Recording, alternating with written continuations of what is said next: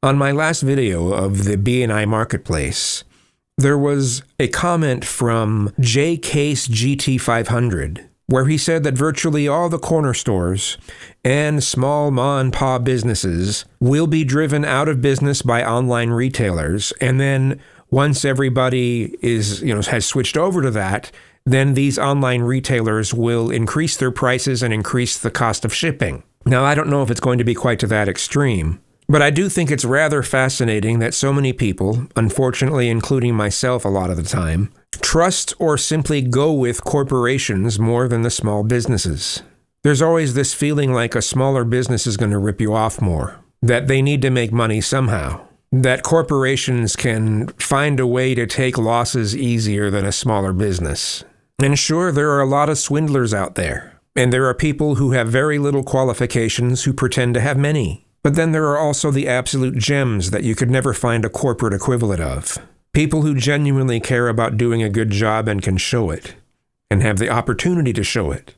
But it's usually just easier to go with the corporate product or service. And so, as I said, I do think Jay has a valid set of concerns. I don't think it's going to come to quite those extremes. If the cost of shipping goes up, it's not going to be because of Amazon. At least I don't think that's going to be the reason. It'll probably be something like some of Trump's bad decisions, like wanting to privatize the USPS. When it's run by the government, you can have some waste. It doesn't matter if it loses money.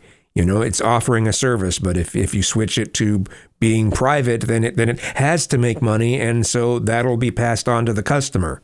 Sorry, side rant. But it's true that we'll probably continue to lose a lot of smaller businesses, as well as more malls, and more people will continue to use online retailers. But I don't think it's going to be close to an all-or-nothing kind of scenario. At the BNI Marketplace, they really aren't selling anything or offering any services that I particularly want right now. So when it comes to something I used to enjoy a lot when I'd come there, I'd always go to their pet shop. But, they'd have a really extensive aquarium section.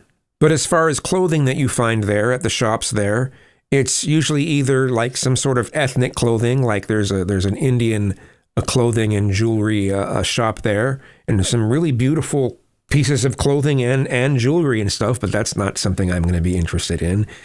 Or there's a lot of sports clothing, lots of that there too. And I'm not a sports guy at all, so if I was looking for older electronics or I wanted older electronics repaired, that would be where I'd go probably. I appreciate that their arcade has some older classics there again. What was it? Miss Pac-Man. God, what were those other two that I saw there?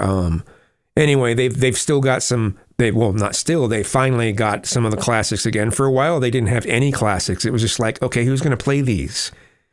Unless it's new people being introduced to new games and stuff. And I suppose, but you got to have some of the classics, and they got that there again. I thought that was cool, but I don't really play them that much. So it's there's a reason why arcades aren't really that popular. It's a very niche sort of thing, right? But I'm certainly glad the BNI is still in business. Let's hope that in 10 years it'll still be in business. We'll just have to see, right? Thanks for watching.